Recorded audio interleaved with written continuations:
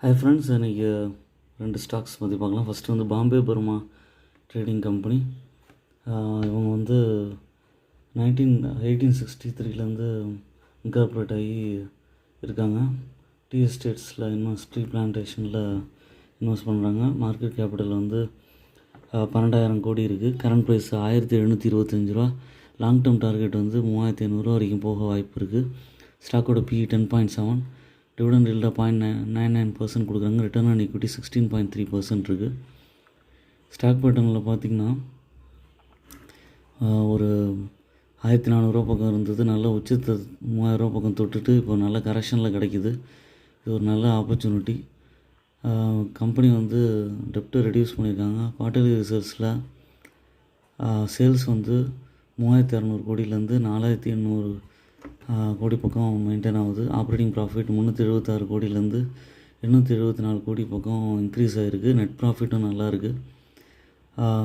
179 க்ரோஸ்லேருந்து 627 cross வரைக்கும் net profit increase ஆகிருக்கு. Share holding பேட்டர்னில் ப்ரமோட்டர்ஸ் 74% வச்சுருக்காங்க. FIS 9% இருக்குது. நம்பர் ஆஃப் ஷேர் ஹோல்டர்ஸ் வந்து 46,000லேருந்து ஒரு 40,000 பக்கம் கண்டினியூஸாக மெயின்டைன் ஆகிட்டுருக்கு. அதுக்கப்புறம் வந்து செகண்ட் கம்பெனி பார்த்திங்கன்னா அனந்த்ராஜ். இவங்களுக்கு மெயினாக வந்து க்ளே ப்ராடக்ட்ஸ் பிஸ்னஸில் இருக்காங்க. அதுக்கப்புறம் housing and real estate business, hospitality, residential இந்த பிஸ்னஸில் எல்லாம் இருக்காங்க. அவங்க கமர்ஷியலுக்கு இவங்க வந்து சக்ஸஸ்ஃபுல்லி டெவலப் பண்ணி கொடுத்துருக்காங்க. மார்க்கெட் கேபிட்டல் வந்து 17,000 கோடி. கரண்ட் ப்ரைஸ் 498 ரூபா. டார்கெட் ப்ரைஸ் வந்து லாங் டேர்மில் 973 வரைக்கும் போக வாய்ப்பு இருக்குது. ரிட்டர்ன் ஆன் ஈக்விட்டி 8.05% இருக்குது.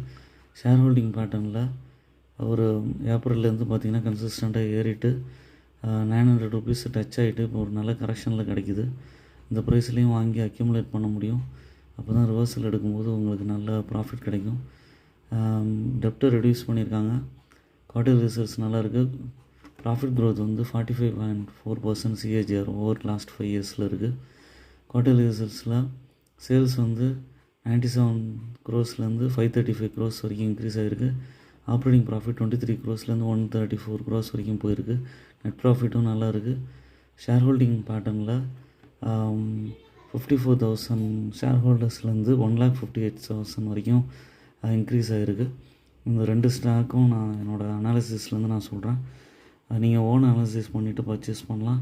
என்னோடய சேனலை சப்ஸ்கிரைப் பண்ணுங்கள், லைக் பண்ணுங்கள், எல்லா வீடியோஸும் தொடர்ந்து பாருங்கள்.